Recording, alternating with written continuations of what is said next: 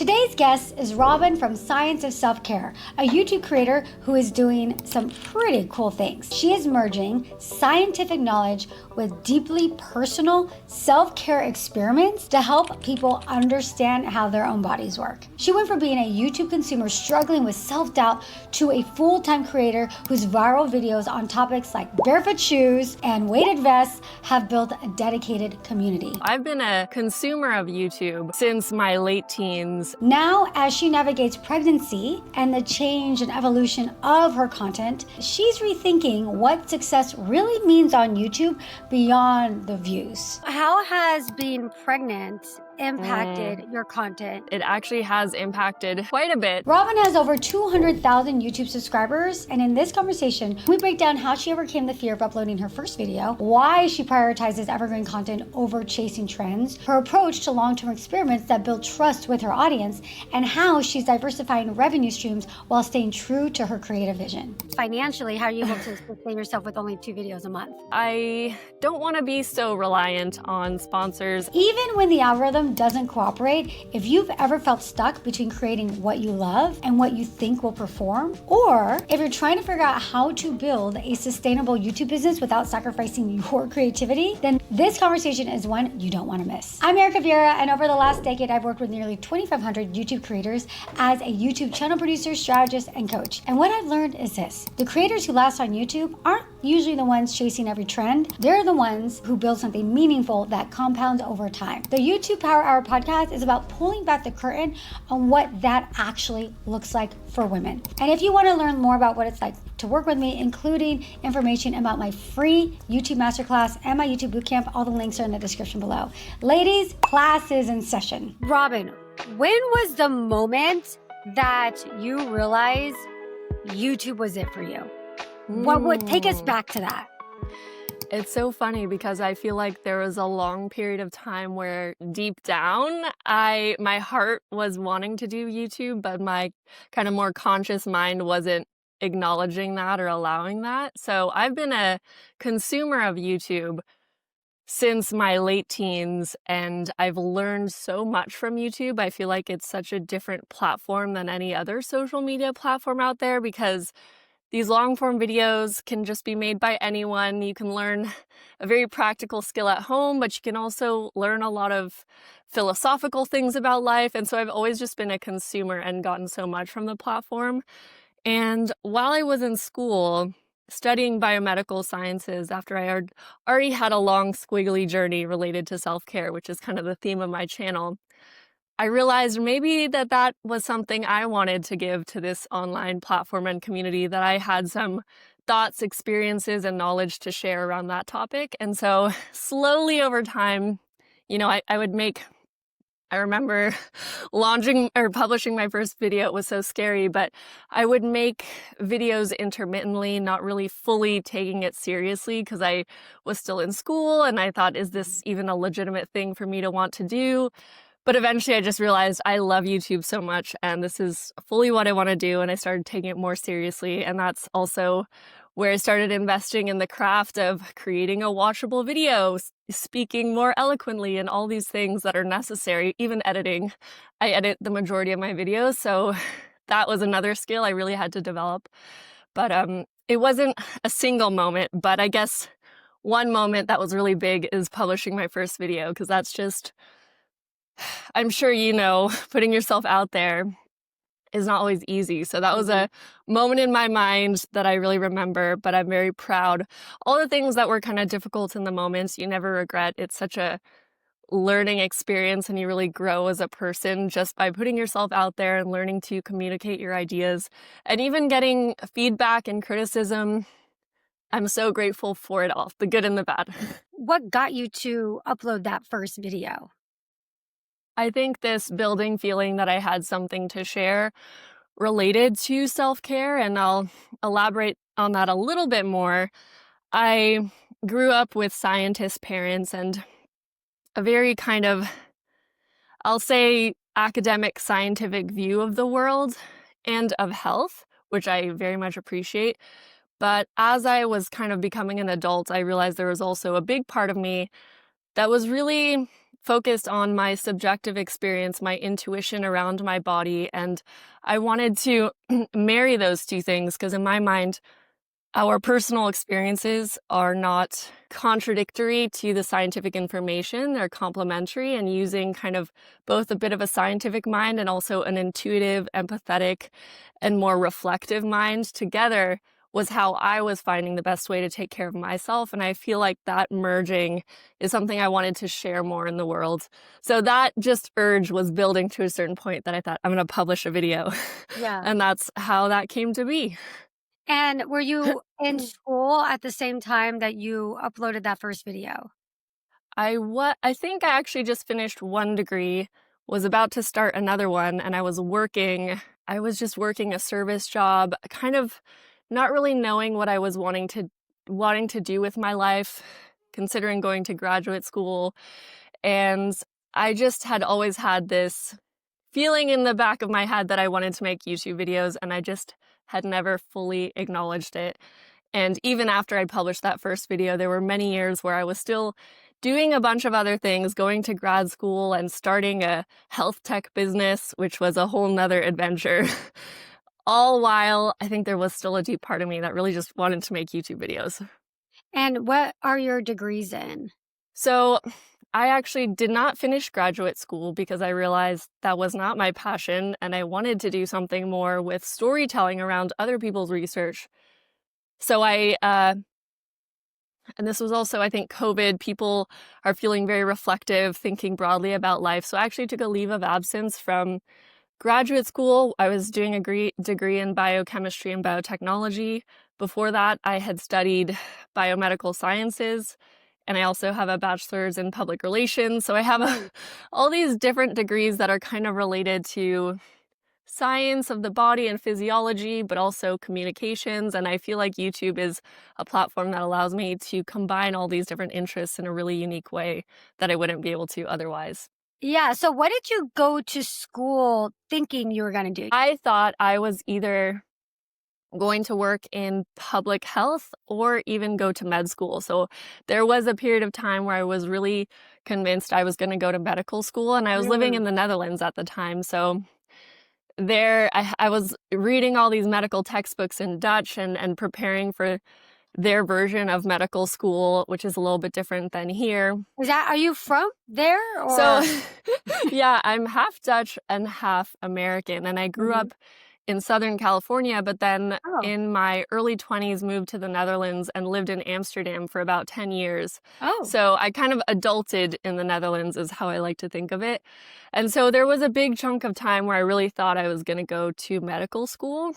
I think in so many ways I would love being a doctor, but in so many other ways I think it's really special that on YouTube you can really reach so many people. And I think, again, I was thinking about, why do I want to become a doctor? I ultimately wanted to become a doctor to do something a little bit more creative and not actually do the ins and outs of becoming a practicing doctor, which is a terrible reason to go to medical school. So it was all these little realizations that made me finally admit to myself, maybe I just want to make YouTube videos because I love it.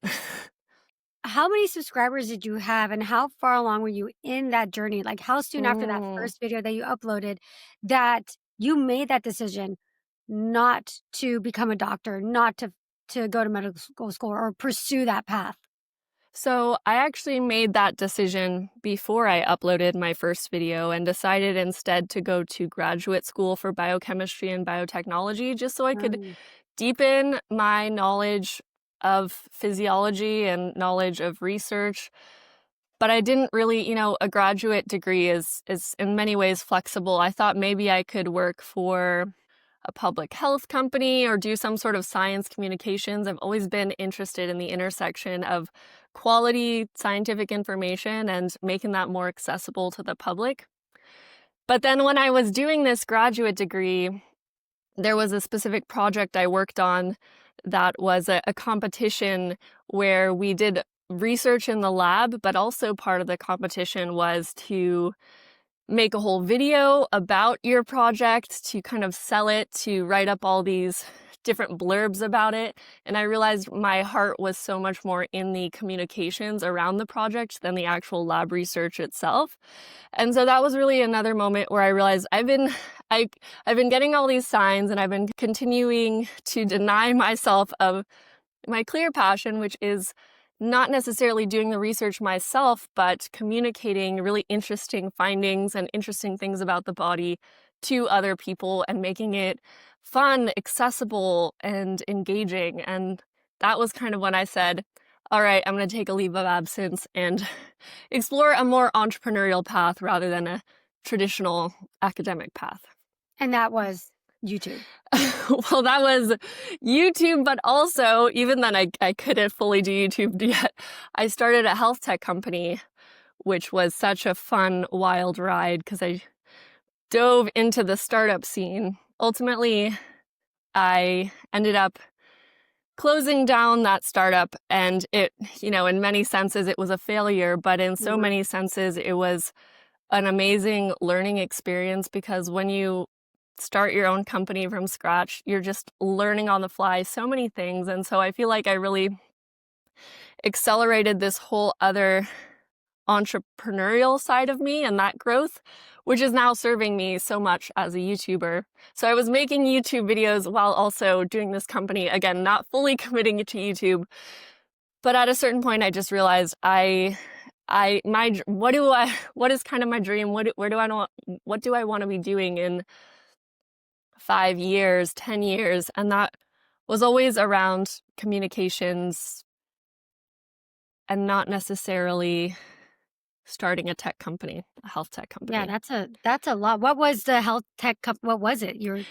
It started out as something a little bit different and slowly pivoted towards a way for patients to check in with their care providers during appointments, and we specifically were focusing on the bariatric surgery population.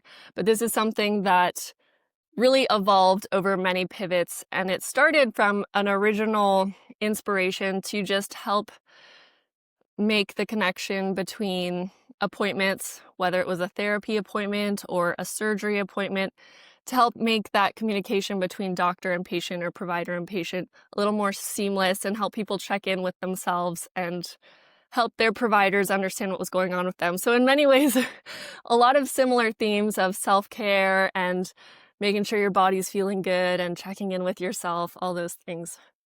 Yeah. And so with your YouTube channel, was there a tipping point as far as growing your audience that you felt like, okay, this video is now allowing me to actually do this more as a career full time?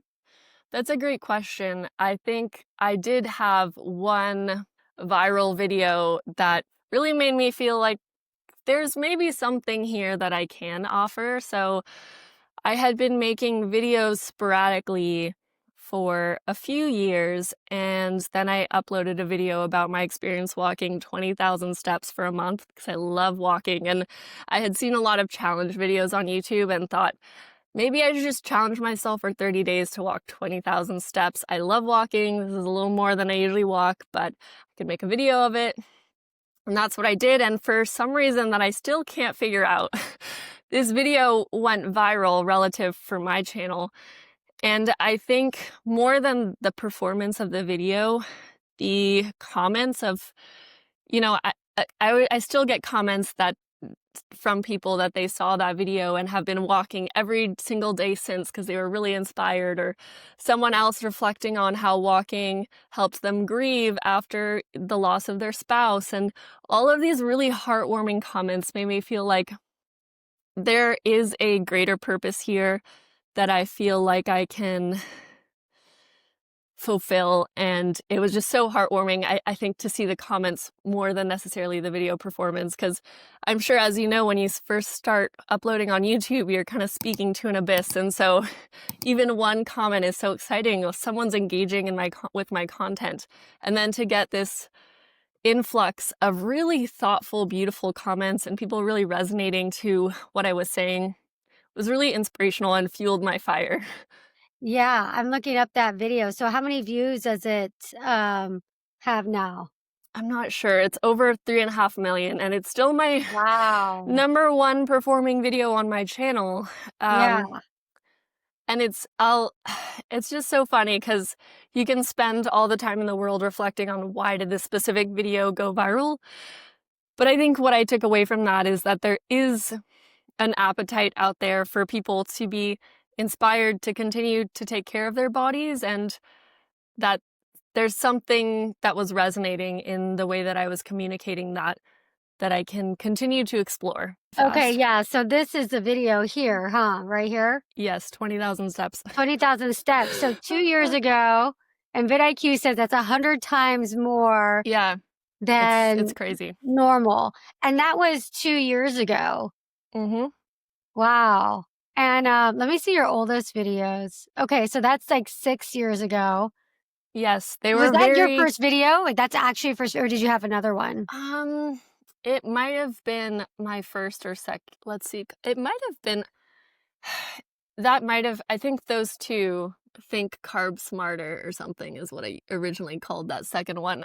Yeah, Mhm. I think those were literally my first two videos, but of course I remember it was such a big deal for me to launch the channel that I had built up to this moment and I'm gonna publish and it's a thing, but of course you're starting from zero. So since then, I've just learned the value of just practicing and getting the reps in and iterating and not being too precious about the final product because for example, my 20,000 steps video, I don't actually think it's a very good video.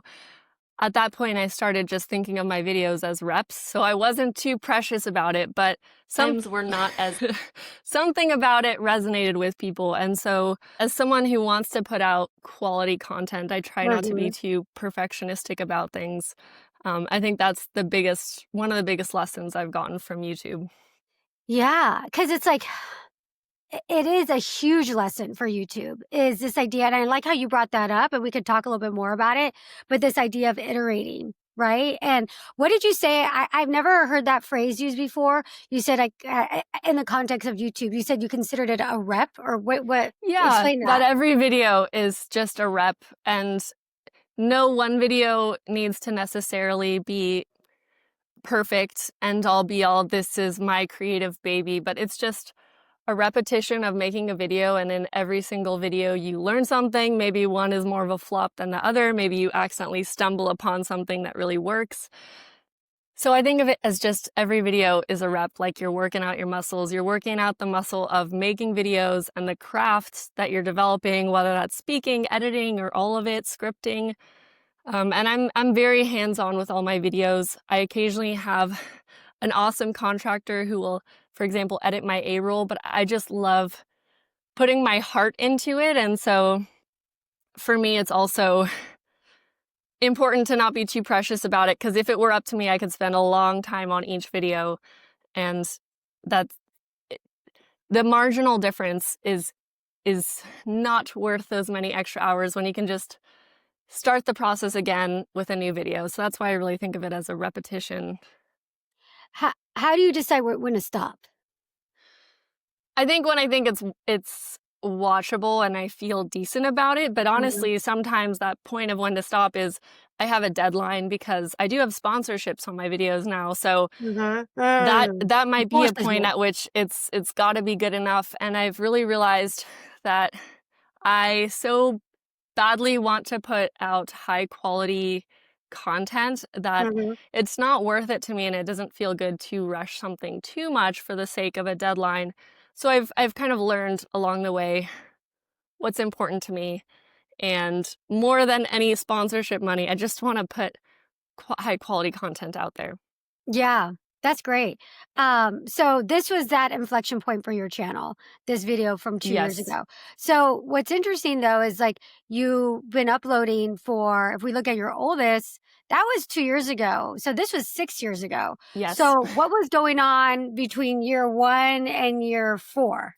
Yeah, I think this nagging feeling in the back of my head that I wanted to make videos, and it in many ways seemed a little bit not like an accessible reality, or maybe even I wasn't allowing myself to acknowledge how much I actually just wanted to make videos, because I was always exploring, graduate school or starting a health tech company.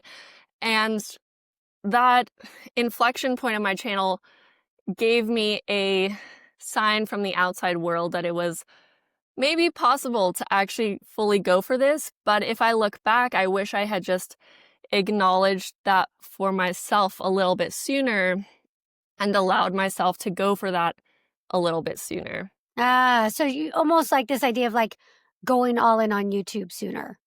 I think it's a balance, because I've also seen, some people who are going all in from the beginning and almost burning themselves out and before they've gotten a lot of traction. And so I think there was an art to this early period where I was kind of playing around, uploading videos every so often. They weren't really good, but I was practicing, I was getting in the reps, so that by the time I did have a video perform a little bit better, I was already used to the process of creating. So I, in many ways, am grateful for the practice years, because I think it can also be really hard if you, I would never actually want that I uploaded one video and my first video is a hit, and then all of that pressure, I haven't had the time to figure out, how do I like to create? What is my voice? What do I stand for? And so I'm really grateful for those playing around years where I've made some really bad videos, honestly.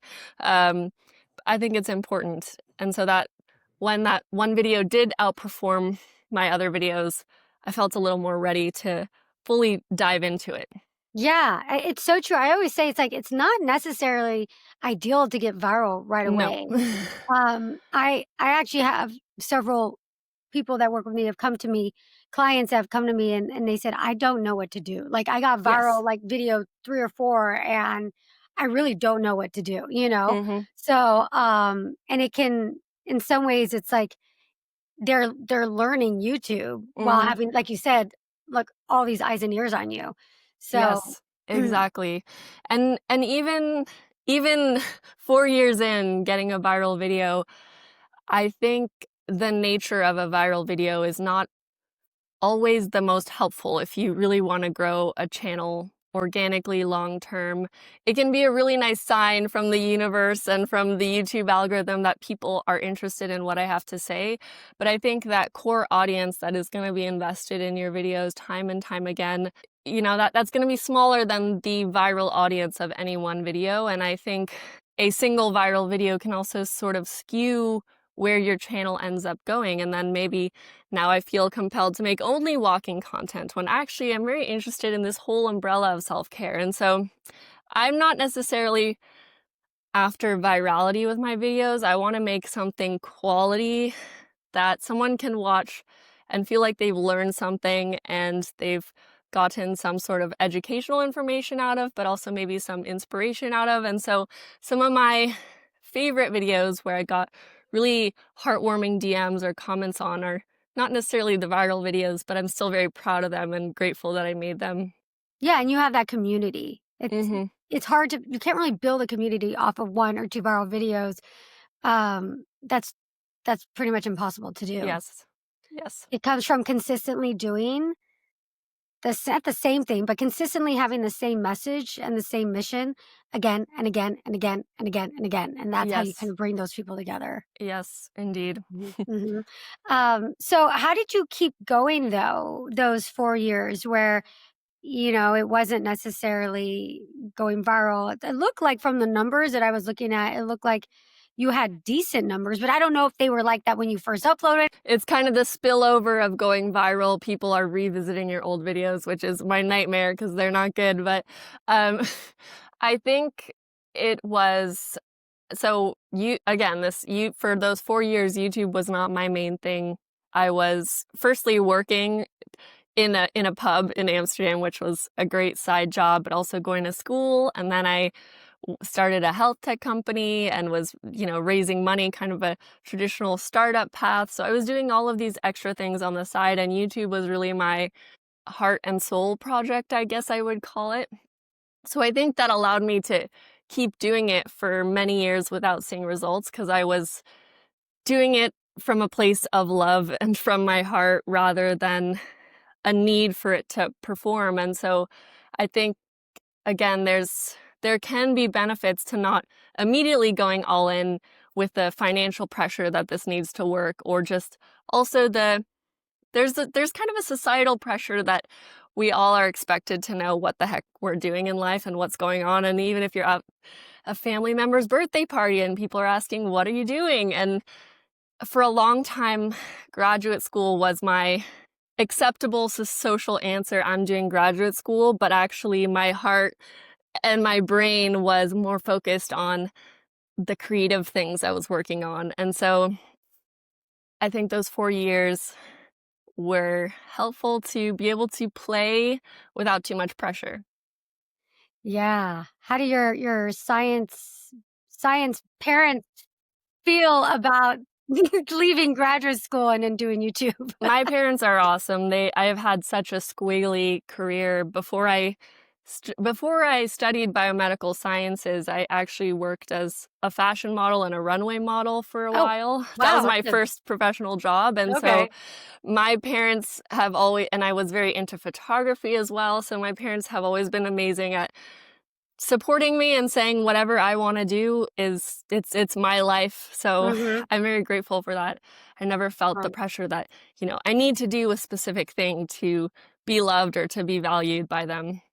That's awesome. You bring up a good point about doing the craft of YouTube without the pressures of the finances, because it's something that I say this all the time. I don't know if you're familiar with the author Elizabeth Gilbert, but she wrote in her book Big Magic, which I think is required reading for any, YouTuber creative, because she has such great things to say. And she has a whole chapter on this. It's like, if you can be in that creative space for as long as you possibly can without having to rely on that making you money, you're going to be able to serve that creativity so much better. Mm.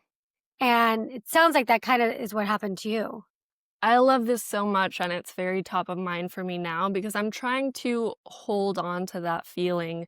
Right now, YouTube is my main thing, and so I do rely on it for income, but I am trying to keep my operations so lean that I still don't feel overly pressured to do something I don't want to do or that doesn't feel aligned. And that's something I'm thinking very much about now, is how can I make this as flexible and creative as possible, but still support my basic needs to continue to do this.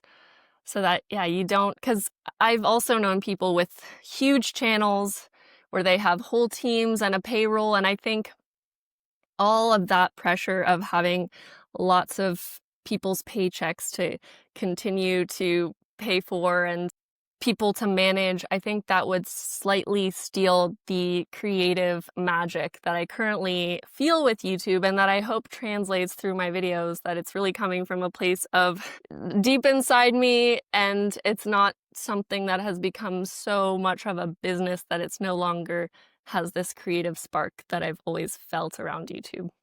It's hard though, because to It really is hard. scale, you do need Absolutely. support. You need people on your team. You need like there's Absolutely. it is hard because it's like good to have to be able to do that, because it's almost impossible to really scale, because as a YouTuber you really are a business.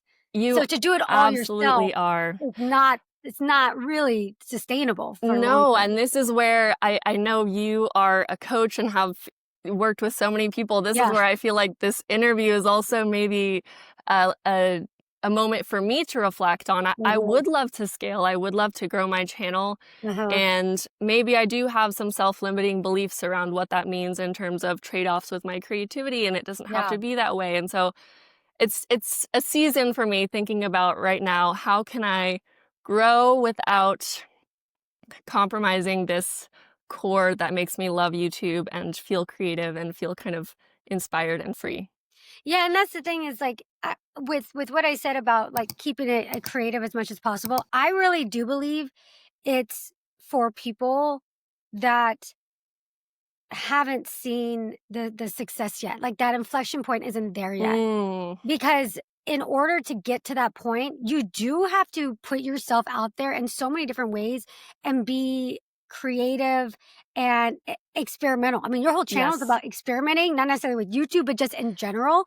So I'm Yes. sure you appreciate the idea of experimenting, because Yes. if it's too precious, if you're like, oh, I have to make money, so I got to use that sponsor, I've got to do this. If your number one goal is making money, it is going to impact the creativity Absolutely. at the beginning. I think over time, once you've established who you are, your audience, and like you've done, you put the work in through all of those iterations, that you now have a really good knowledge base on what Mhm. works and what doesn't work, what you know your audience likes and what doesn't. And that once you do prioritize monetizing more, you can do it in a way that you know still aligns with Yes. your audience and what they need from you and what they want from you. Absolutely.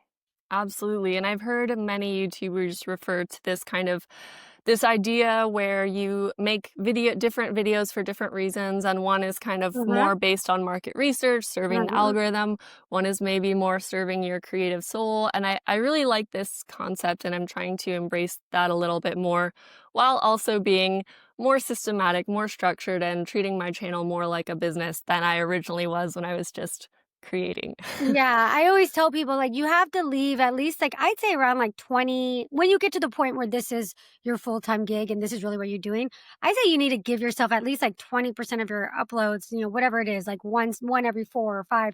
That truly is like you don't care at all about the views, you don't Yes. care all about the money, because you have to give yourself that playground to play, Mhm. because also that leads to evolving on YouTube, because that's what happens with a lot of creators is they get stuck. Absolutely. And I find that what happens is they get stuck because they're so focused eventually on making money. So they're really stuck on working with the brands, making sure it's like this or like that. And then they don't allow themselves to play. And sometimes in that play, yes, there can be a lot of failures, but every now and then there could be a winner. And that could totally take you to a whole Yes. nother level.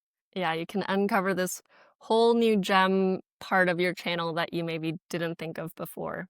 Yeah. Yeah. So, I mean, there's a lot to talk about there, because I think for creators as they grow over time, you have to make those decisions like you're a business owner, because also without financially supporting yourself, you can't keep doing what you're doing either. Yes. It's So there's absolutely a true. cost to YouTube. There's a cost to it's your time, your energy. And I do think audiences now versus, way back in the day, understand and appreciate that, you have to get Yes. paid for what you do to in order to create such high quality content. Yes. Yes, So it's absolutely true. And I have visions of how I would just love to improve and level up all of my content, and that all of that will require more investment, not just of time and skill, but of money. And so yeah. it's absolutely part of the equation. Yeah, because I see it on my end, because people hire me to kind of up level. So I see from what happens when people really, because there's also something to be said about, like there's a saying that goes like the transformations in the transaction, right? So like the idea Mm, of putting money down on something, whether it's me or an editor or whatever, it's like there's a mindset shift where you're like, mhm. okay, I am gonna up level, or maybe I'm gonna push myself a little bit harder. Maybe I am going to, because I really want to make the most out of this investment. I know when people sign on me for coaching, sometimes that's the moment they say, "All right, I'm actually really, really gonna go once a week. I'm not Mhm. gonna like get a week off or 2 weeks off, because I want to make the most of this investment." Or okay, I'm actually gonna now do twice a week. So there are certain things that happen when you kind of put your money where your mouth is, so to speak. Absolutely. So Absolutely. Whether hiring a coach or even upgrading your gear, it just kind gear, of all of it, an editor. reinforces in your mind that this is something you are taking seriously. Seriously, you're investing in yourself, you're investing in your dreams, you're investing in your goals and all that, which I want to talk about in a little bit. Let's now shift gears to just the process of creating itself. So, your Mm, videos, especially the ones that perform really well, tend to be these really long experiments. yes. So, how do you kind of organize that in your mind, in your whole planning? I mean, because it's something like 90 days, a year, like Yes. 30 days. Like, how do you do that with so many different experiments all at the same time? Yeah, so I try to have, if I'm doing multiple things at once, have them be experiments that in no way would conflict with each other. Like I'm doing skincare and then something with my legs, or I don't know. I like them to not be conflicting, to also not confound the results. But I usually will get an idea of, oh, I really want to try this thing, or I see a lot of comments. Like I recently posted a video on barefoot shoes that even back 2 years ago when I had this walking video, I got a lot of comments, you should try barefoot shoes. So it had been floating in my mind. And then early in 2025, I thought, okay, I think I'm ready to try this. And so then I literally just start the process. I'll create a document where I'm noting down a lot of things. I'll be recording a lot on my phone over that time period. But this is something I started early this year, and it only now came out, I don't know, maybe a month ago. A month ago, yeah. But I've been engaging with it that whole time, and I really love doing these longer experiences because I often, sometimes I'll see videos, I did something for 7 days, and I feel like I don't know how I feel about something over Absolutely. 7 days. Yeah. So actually, by having these really long experiments, I'm able to take some of the pressure off of coming up with conclusions right off the bat, because I live. So then I'm just living in these shoes for several months, and in many ways, the rest of my life doesn't really change, but I'm just taking notes along the way, recording little things, and it's less of a hassle than you might think. It just takes some sort of forethought. It does. It takes a lot of planning because, like, first of all, you have to, like you said, I have this idea. Oh, let me try barefoot shoes. Like, how long are you going to try it for? Are you just doing it like, well, let me see how long until I feel like I have a conclusion? And at that point, it's like you have to like film yourself at the start of the experiment. I mean, obviously you don't have to, but it makes a better video for you to film yourself at the start of the experiment. Like I show you here, like it looks like you went to the store, you did something like that, right? Yeah. Now you have to remember to film and then also keep all that footage organized. Yeah. So take me through that whole process. So I think to keep this super simple is my videos are quite simple. They're built on a basis of an A-roll cut that I usually film at the end of an experience. So even if I have footage from the very first time I wore these shoes, the person who's speaking is the end me that's all filmed at one cut. So I can basically just reflect on, and I'll have these detailed notes of, especially if it's the first day or week that I'm doing something, I'll really be diligent about noting those things. And I'll just read back my notes. On this day, I remember I was at the airport and I was feeling very naked in these new shoes. It felt weird. So I've written that all down from the first day, but that's many months ago. And now me of the present is recounting that with B-roll on top. So I think that makes it a little bit easier to also have things be concise and flow. Whereas I've seen amazing videos, but to me, this is a little bit harder where people are checking in on their camera week 1, week 2. And so you actually have kind of a roll from different periods of time, where I find it's easier to record the bulk of the content and the underlying voiceover A-roll at the very end based on the notes and the B-roll that I've collected over the many months. I think the part of the reason, well, I think, that's good. It's having that foresight and knowing to do those notes and keeping track, which you have practiced because you do a lot of these. So I do. And the funny thing is I sort of stumbled into these videos because I've always been like this. I'm trying little things just because I'll hear about them and then I'm really curious and I'll try them for a period and then I'll not try them. And so I think some of my earlier experiments were also me just reflecting back on periods where I didn't necessarily intend to make a video when I set out on that little experiment. I was just doing it for myself, but I had gathered enough information and experience that I actually had enough content to make a video reflecting on that period. So in the beginning, especially, it wasn't always so premeditated. It was just, not so planned. I love testing things on myself anyways, and I would be doing this regardless of whether I was making a video. Yeah. I need to know because I didn't watch the whole video. Do you like barefoot shoes or not? I do, and I was so surprised because I thought this seemed in many ways a little bit gimmicky to me. Yeah. Like we were maybe falling victim to the naturalistic fallacy because, our ancestors walked barefoot, so it's better for us to walk barefoot now, which is not necessarily going to be true. We live in such a different environment with different health standards. But actually, I'm a huge proponent, and so that was very interesting. I went into it thinking this is gimmicky, and now I just wear exclusively barefoot shoes. That's so funny. I have a few pairs of barefoot shoes. I have such flat feet that I Yes, wonder if they're it's not. Yeah. Oh, I'm glad you brought that up, because with this video, so some of the things I try, I guess you could consider barefoot shoes. One of them are a bit more alternative. And so I really wanted to get a more traditional medical perspective. And so I actually went to a podiatrist and asked him about barefoot shoes. What are his thoughts? And so I include that in this video as well. In this video? Yes. And he says, this is my notes from the podiatrist. But oh, you don't interview it's well, just, some videos I do interview experts, but in this video, it's not easy to interview doctors, so I wanted to keep his privacy private, but I basically just had an in-depth appointment and x-ray with him and took notes and then recorded the takeaways because it wasn't really possible for me to do a setup interview with him.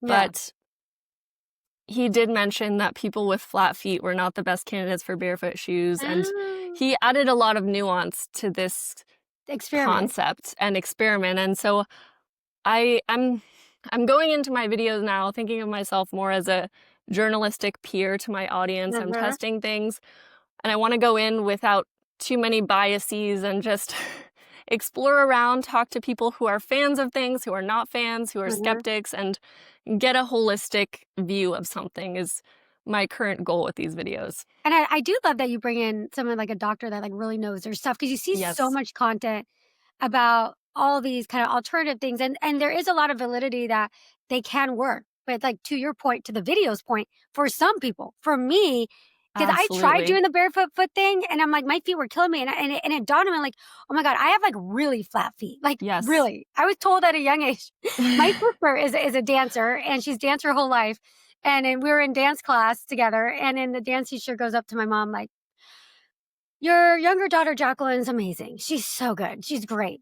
Now, Erika, on the other hand, you might want to consider not like pulling her. You know, she's great. She's got good energy, but it's just not going to happen for her because her feet are so flat. I cannot point. My sister has this natural arch, and I'm just flat.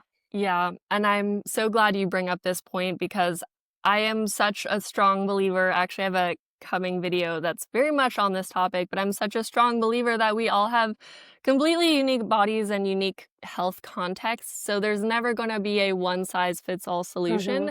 And I really want my videos to be an invitation for people to kind of explore and experiment these things in their own life, and never prescriptive of this is what you have to do, because I may love barefoot shoes, you may hate them, and they may actually exacerbate issues with flat feet. And so that is a core principle of my channel, is that I'm just inviting people to become self-care experimentalists, where they're gathering information themselves, but also feeling inspired and engaged enough to maybe play around with things themselves. And none of my videos will ever say this is the way to do it. Shoes are not a good idea for everyone. You said that in the video. Exactly.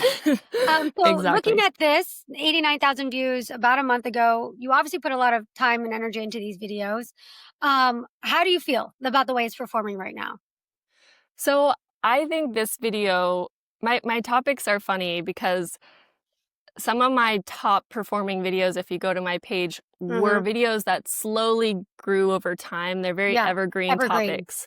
So I expect this video to slowly, continually, linearly grow, which is what I love, rather than having a viral moment where it just shoots up in views. I love to see a video that's just continuously performing, and I expect this one will continue to grow over time. Whereas some of my other videos that don't quite hit off may kind of die after a month, but this is one that I expect will get more thousands of views over the course of the next year or two. Yeah. So like these videos, for example, that I'm showing here, like this one got 1.3 million. We already talked about this one. That sounds like this one, for the 20,000 steps, it did take off right away. That one was pretty viral. The other ones were more of a slow grow. And so especially this vibration plate one here, the fourth one, that one, it was not an immediate 1 out of 10, but it's something that people are interested in. And I try to make a video that remains relevant throughout time. You know, I'm doing a little deep dive that is going to be relevant today or in 2 years. And so I think people will continue to discover it and learn from it. And I still get comments on that video today. So Yeah. So what do you do though when it comes out of the gate? Because I know a lot of people put a lot of pressure on themselves and that ranking that YouTube gives you, the 1 out of yes, 10. And I get the comments from my infamous clients. ranking. I know, and it's like I'm getting messages and then all I see is a photo of the ranking, a number 9 or 10, and the words "ugh," right? And it's like, Yeah. what do we do about the thumbnail? I'm like, oh, or I get the text like it's a 1, it's a 2, yay, right? I get those texts daily when it's like the 1 or the 2 or the 8 through 10. How do you handle that given the nature of your content? Isn't it amazing about human psychology that we can be so attuned to these numbers? Of course, I can't deny that if I see a video is a 1 or a 2 out of 10, that I feel like it's more of a success, just even instinctively, than if it's an 8 or a 9. But I rationally try to just, firstly, I pat myself on the back for every upload, again, putting in a rep. So I think that I can't always control how a video is going to perform, and everything is a learning experience. So just by uploading it, I give myself a pat on the back. And and then I've also seen some of my videos will be a 10 out of 10, and then a topic will kind of pick up online, and then it grows to a 3 out of 10. And I've seen a 1 out of 10 drop down to a 10 out of 10. So I tried not to assign too much meaning to it. And I will have some videos, like there's a video I did on allulose, which is a newer form of kind of a sugar alternative that's not that popular. It's only been kind of on the market for a few years. It's still being legalized in Europe. So it's a very new thing. That video was a complete 10 out of 10, this healthy sugar. Where is it? This one that says healthy sugar right there. Oh, but now it's like 5x. Yeah, so now 83,000. it's picked up because people are, it's kind of a rising topic. So this is an example of where a 10 out of 10 has kind of slowly gained traction. And at the end of the day, do I feel like I've made valuable content for even even if only 1,000 people watch this, will it have been something that was valuable to them? Will they have learned something? Did I do a good job in researching and citing it? And there's so many other things that I try to refer to when deciding if I feel proud of a video and if it was a success. Was that what conference? Was that the Bulletproof conference by chance? No, that was CES. Oh, it was CES. Oh, so they have like a whole biotech thing now. Well, CES? it's sprinkled out throughout CES. So I was looking for the wellness related booths. Did you go? Were you invited to go, or did you just go on your own accord? So I was actually invited by a brand, but I said no because it required me to make a dedicated video for their channel, and I wanted to go independently as just kind of peeking around, and I didn't want to be obliged to post anything. So I actually just applied for a media pass, I think, and just went on my own, and that was so nice to just go around without having to produce anything and just be curious. Those conferences are so fun. I used to go to the Bulletproof conference. Do you know that they've asked you? I've never been to that one. That one's fun. I love these sorts of playgrounds where people just come together and you can try things, and it's so fun. I need to go to more. My CES video kind of flopped because it was also very techy, but I don't regret making it and doing it because it was just a fun exploration for me. And of the people who watched it, maybe they enjoyed it. But I think that's where, like you said at the beginning of this conversation, it's important to continue to play around. I had never filmed myself going to an expo, and that was one example where I was just kind of playing around. Yeah. So with these experiments, okay, I have a bunch of questions here. So when you're doing these experiments, right, what is the maybe filler content that you do in between when, say, you're waiting for an experiment, you don't feel ready to talk about something? Are there any kind of like hub content or easier lifts that you can do or that you do? My next video that will be coming out is not an experiment video. It's more of I don't know if I want to call it a ideological or philosophical video, but it's about becoming the expert of your own body. And it's, I would say, more of a listicle type video of maybe philosophies I've developed or things that I've learned, and maybe it's a little bit more broader and theoretical. And this video may not perform as well as an experiment, but it's still a very important part of my channel where I get to zoom out a bit and talk about the bigger themes that I like to explore.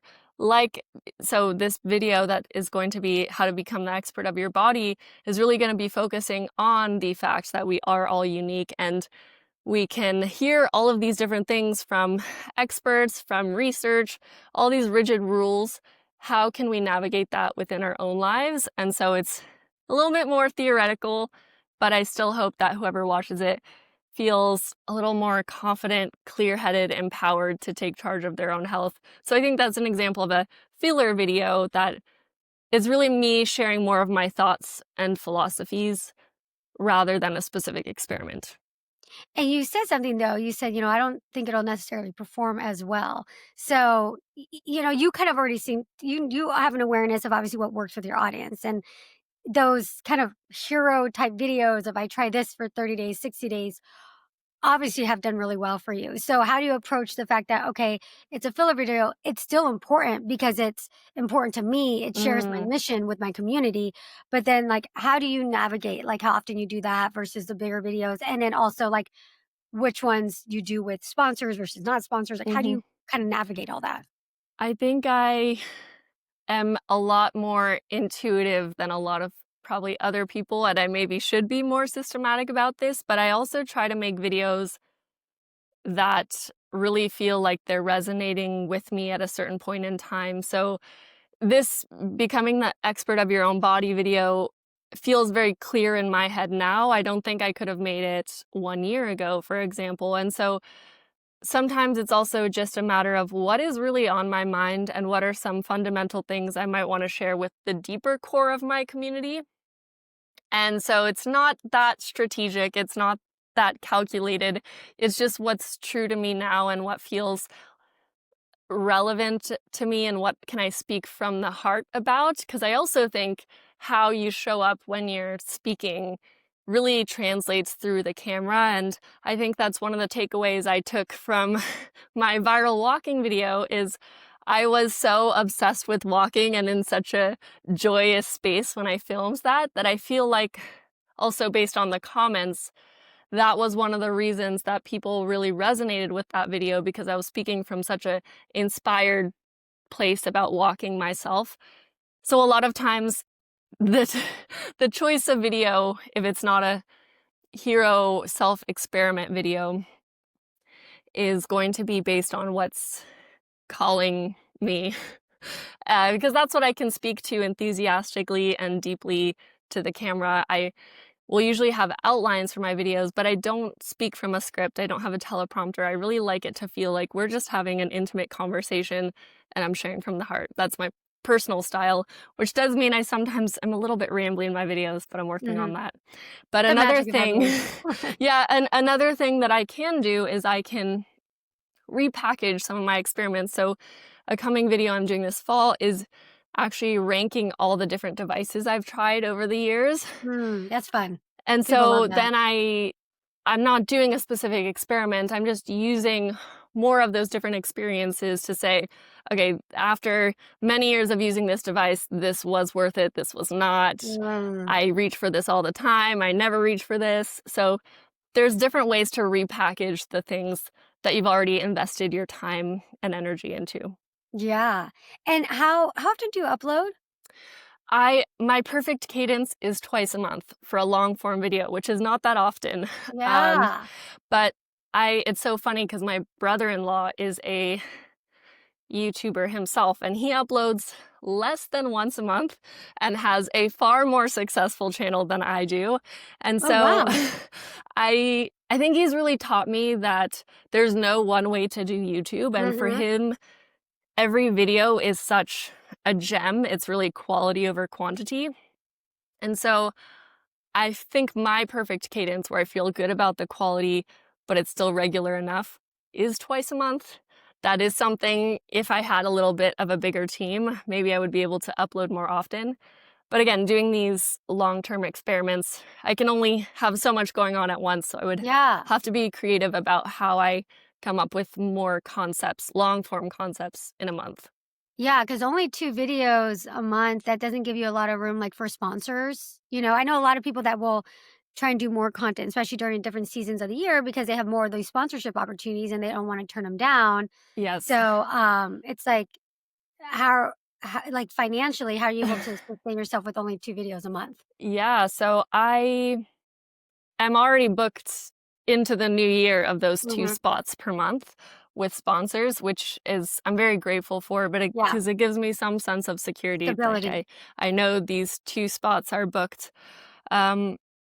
But I'm also thinking very actively now about how I can diversify my revenue, because I don't want to be so reliant on sponsors and commercial affiliations, because that does, in a sense, you know, when someone's watching a video and there's a 60-second ad read, even though I'm very conscious of the brands I work with and I try to make every single sponsor add to my video, it's still something that maybe someone didn't sign up for when they clicked. So in a sense, you could argue it's detracting from the content. So I'm actually going to be launching a Patreon probably next month to kind of help create a space where I can get a little bit more income directly from my biggest fans, but also create a space where I can engage more intimately with my community members, because 1 or 2 long form videos a month there's still some sense of distance there. And I think I get so many DMs and I have these really intricate conversations with people in different spaces that I feel like there is an opportunity to have more intimate connections with some of my audience members and create more of a community. YouTube can also feel, I try to get people engaged in the comments, but it can still feel very one way. And I would love to have more of a back and forth. What are some of the deliverables you think you'll have in that community? I'm still thinking deeply about this, because I really want it to be valuable for people, and I also want it to be something that I can hold myself accountable to, even when I'm going through pregnancy in the coming months and things like that. But I would love for there to be some sort of monthly live stream group coaching where we're all sitting down together, reflecting on our goals, creating a time and space for people to check in with themselves. I did a whole health coaching certification, and that was also a side journey that I went on during my many careers. So I like the behavioral aspects of health too, and that's very much related to coaching. I would love to have there also be a book club element. I'm always reading about health, about self-development, and I think it's fun when you can share those ideas with a community. So there's a number of coming elements, considering also doing an audio walking podcast that's made to be consumed while walking. So I'm reflecting on this, and I'll probably create some sort of poll to see what people are most excited about. That's cool. But I think it will help kind of round out the content I have right now, because the one reason I don't have more long form videos in a month is I really do so much research, and I feel obligated to do a lot of research per video, because especially when talking about things related to health and the human body, that's a subject I don't take lightly, and I want to make sure I get diverse opinions. I want to make sure that it's well cited. And so I think a Patreon can create a little bit more of a relaxed space where it's a little bit more casual and less of a formal researched video. Yeah, that's exciting. I mean, I think that's smart for all creators, is to think about different avenues to monetize, especially with the nature of your content, like not uploading more than twice a month, because for a lot of people, the answer really is just more uploads, right? But how sustainable is that if you have these type of hero videos every month? It's just not. And you have to, I mean, your channel is the science of self-care. So it's like, you have to also make sure that you're taking care of yourself, you know? You know, that's another, I'm glad you bring that up, because I have a little bit, I think in many ways I'm self-limiting by not uploading more shorts or uploading more on Instagram Reels and things like that. But there's certain trade-offs. I just want to make sure my own life and my own self-care is continuously kept intact. And that's a really key part of me being able to deliver those 2 quality long form videos a month, because Yeah. it's coming from a place where I'm living what I'm talking about too, and really Yeah. prioritizing my own health and well-being. Yeah, 100%. So, one thing that I think is very noteworthy is the fact that you're pregnant right now. So, how has being pregnant impacted Mm. your content, your approach to content, the ability to do experiments, how you think your content might change? Yes, it actually has impacted quite a bit because, for example, I had started doing a creatine trial Mm. before I became pregnant, and I think just based on market research, and it's a very fascinating topic, that video would perform quite well, Yes, but yes, there's not enough research on for creatine in protein. pregnancy, and most doctors are going to recommend not taking creatine while Yeah. pregnant. So there's a lot of little bodily experiments that I've had to put on hold. Hmm. But in a lot of ways, I also feel a renewed sense of purpose. I think you as a mother probably can relate to when you have kids. It kind of puts a lot of things into perspective, and weirdly, Hmm. just even becoming pregnant has put into perspective what's important for me on my channel. And even maybe I'm entering a period more of maintenance than extreme growth on my channel, but Hmm. even during that period, I feel very clear on what I want to offer my audience and why I create the content that I do. And I think holding on to that is actually so important as a creator. It gets you through the tough times. It gets you through periods where maybe you don't have that much income coming in, or maybe you've had a lot of criticism. And so Hmm. I'm also grateful for the renewed sense of purpose that I somehow feel Yeah, having become pregnant. So even though it's affected some of my self-care experiments, it feels good. it But does. I will say I do plan to make a few pregnancy, motherhood, parenthood related videos, but Hmm. I definitely don't I think it's more maybe gonna be a subtopic on my channel. I Yeah, don't want it to become my whole channel, because there's so many people out there who that's not relevant to, and I it's still not wanna there. offer valuable content to them. Hmm. Yeah. One of the things that you talk about on your channel, and you had a video on, was this idea of visualizing and kind of the mindset Mm, around your success. So I wanted to spend a few minutes talking about that because, the people watching, listening, most of them have YouTube channels. And, it's definitely a mind game. As you know, you've been at this for a yes. while. And so, what is what are your thoughts on that, on just your mindset, manifesting, visualizing as a YouTube creator when a lot of it is, out of your control? Like, what are your thoughts on that? Absolutely. So I have a few practices that I think I'm a big fan of reading self-development books, and I think Jen Sincero is the one who coined this term of going to the spiritual gym. I call it going to the mental gym every morning, and that just means that I'm like you would continue to work out your muscles in your body. I go to the gym for my mindset, and that will often be for me going on a walk and listening to an audiobook by someone who inspires me, or an audiobook specifically on a topic that I feel like I'm currently bumping up against. Something nonfiction, and this is completely based on my personal preferences, but something nonfiction that makes me feel like I'm surrounded by knowledgeable, inspiring people that represent the mindset I want to inhabit. Because YouTube can be an extremely solitary journey.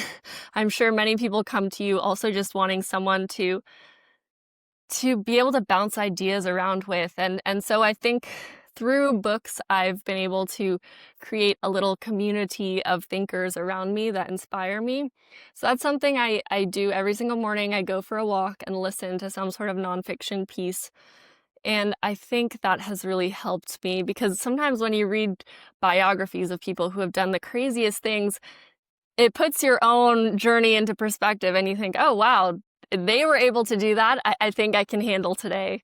So that really helps me. And then often at night, I will journal a little bit more in a visualization sense where I'm just clarifying in words my goals and what is important to me. And sometimes they're very specific, sometimes they're more vague. But I do this every single night. I do basically a gratitude list of things I'm grateful for currently in my life and a future gratitude list of things I'm grateful for that haven't yet come to fruition, but I'm writing them as if they have. And so it's grateful for these things that have come true in the future, kind of. And it's just again a fun practice that I've personally adopted, but doing that every single day just is a little moment at the end of the day where I check in with myself and continue to reinforce what's important to me. And that list changes from day to day, but the things that remain kind of emerge as really important things to you. And it just keeps it top of mind. So those are two examples of little practices that have personally helped me. But I think what's going to resonate with one person is going to be very different than another. And I think it's just adopting this idea that our mindset needs to be continuously worked out just as much as our body does to keep it fit and active and sprightly. Yeah. As somebody who's an experimenter, which of those like mindset rituals have you tried and just Mm. have not resonated with you or worked for you? You know, this might surprise people a little bit, but I've never found sitting down and meditating and visualizing purely while sitting down as effective for me as, for example, walking while doing that, moving while doing that. I do sometimes meditate and visualize while doing my red light mask because that's just something I sit down and do every day. But I've personally found that movement plus inspiration from an audiobook or just from my own creative mind going is so much more impactful for me than sitting. And I know Right. there are so many people who swear by sitting down and meditating every day, and that's their sacred moment. And for whatever reason, through experimenting, I just moving is kind of what helps ideas and different mindsets really permeate deeper into my mind, if that makes sense. Yeah, it totally makes sense. That's for me, I've gotten all of my ideas. I remember I created my entire boot camp. Like I have all my these frameworks and it was like when I launched my boot camp, which was years ago, 2018, having babies and all that stuff. And you'll learn this when you have a baby. You do spend a lot of time walking because you're walking the Mm, baby and it's good exercise. It's after, trying to get rid of the baby weight. And all of my ideas, a lot of them come from walking, just walking. absolutely. So Mhm. that's something I don't take for granted. I just try to move whenever I feel stuck. And so if I'm in some sort of rut of any kind, I just try to incorporate some sort of movement and even just a simple walk around the block Can be in, helpful. yeah, in getting out of that rut. Yeah. And then how did you come up with this kind of scripting ritual? I think it's a combination. I've read so many books about self-development. I'm kind of a junkie for self-development books, and so many will have different um, journaling prompts and exercises. And this is just one I developed for myself that I really love. I love gratitude lists because I feel like there's always so much to be grateful for in life, and holding on to that just makes everything else so much better. And so it's just combining a gratitude list with a little bit of more future oriented thinking, and it just really fits me. But I think everyone can kind of create their own perfect little prompt. And I think again the key is repetition. Doing things over and over is really where slowly things compound. And it's so cool to look back on some of those journal entries where I'm writing, I'm grateful for my 100,000 subscriber plaque when I have, 50 subscribers. And it seems delusional at that point to write that, but to already have gratitude for this thing, that it just makes it feel a little bit more accessible. And then when it comes true, you can be so proud that this was not once part of your reality and now it is, and you can really be truly grateful for it. Yeah, I love that. So if somebody were to hear this and they want to like copy what your kind of nighttime ritual is morning, give them kind of like the bullet points to like for someone to just kind of get started with doing that. So again, this is just personally what my journal page looks like every night, but I love to start off with a gratitude list for the state of my life as it is. So much to be grateful for, 10 things. Then I will do my future gratitude list, 10 things that I'm grateful for as if they've happened, but that are not yet true in my life. And then I also have little sayings that I guess people would call this affirmations, but things I like to, little thoughts or one-liners that I like to repeat to myself. And that is just totally personal to me. But sometimes you read something or you hear a quote and you think, this is just embodying something that's so important to me and I really want to continue to revisit it. I will write those little things at the end, just over and over, the same thing every night. And I love to do it. I feel like I go to bed in a very peaceful, positive place. And it's just a nice way to round off the day. But I know so many people love to morning journal. And again, this is just my little thing that I've developed. But I think the ultimate key to a lot of self-care is just showing up consistently over time. And then over many months and years, that really compounds and builds to something big. I think someone that I've really been inspired by is James Clear. He is the author of Atomic Habits, a huge bestseller, but I remember in an interview he was sharing that the first 8 years of his blog, which his blog created the framework and kind of the main content that became the book. For the first 8 years of writing, his blog was very much unknown, and he was basically writing more for himself and to a smaller audience. And then it really took off in the last 2 years. And then he was able to publish a book from this large collection of writing and make it a really concise, beautifully densely packed book with so much helpful information. But a lot of that was created far before that success found him. And so that's where I think just ritualistically showing up and doing the reps, whether they're videos or journal entries or exercises, is what pays off in the long run. 100%. Yeah. I mean, what is that saying, or what they say? It takes like how many hours to be an expert at something?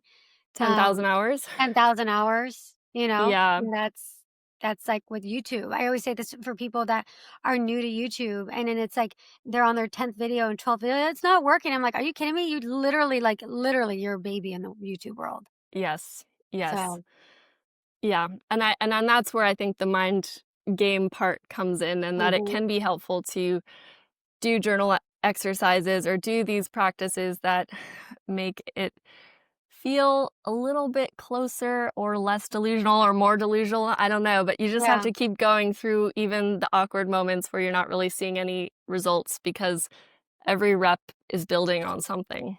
100%. Robin, I love chatting with you. I feel like I could chat with you forever. For people that aren't familiar with you and your content, where can they find you? You can find me at The Science of Self-Care on YouTube. I also have an Instagram page, science.ofselfcare. And this is for anyone interested in learning about kind of science-based content that also incorporates intuition in the mix, and just all content made to help people fall in love with the practice of taking care of themselves. I'm on the journey and basically inviting you all to join me and figure out what works best for you in all different umbrellas of self-care. Yes, your videos are so good. So I'm so glad that we got to chat and just, dive deep into your process. Thank you so much, Robin. This has been Thank you awesome. so much, Erika. I really appreciate this conversation, and I hope I get an opportunity to learn more about your journey too in the future, because what you do is also amazing. Oh, thank you. Thanks, Robin. Thank you. Bye.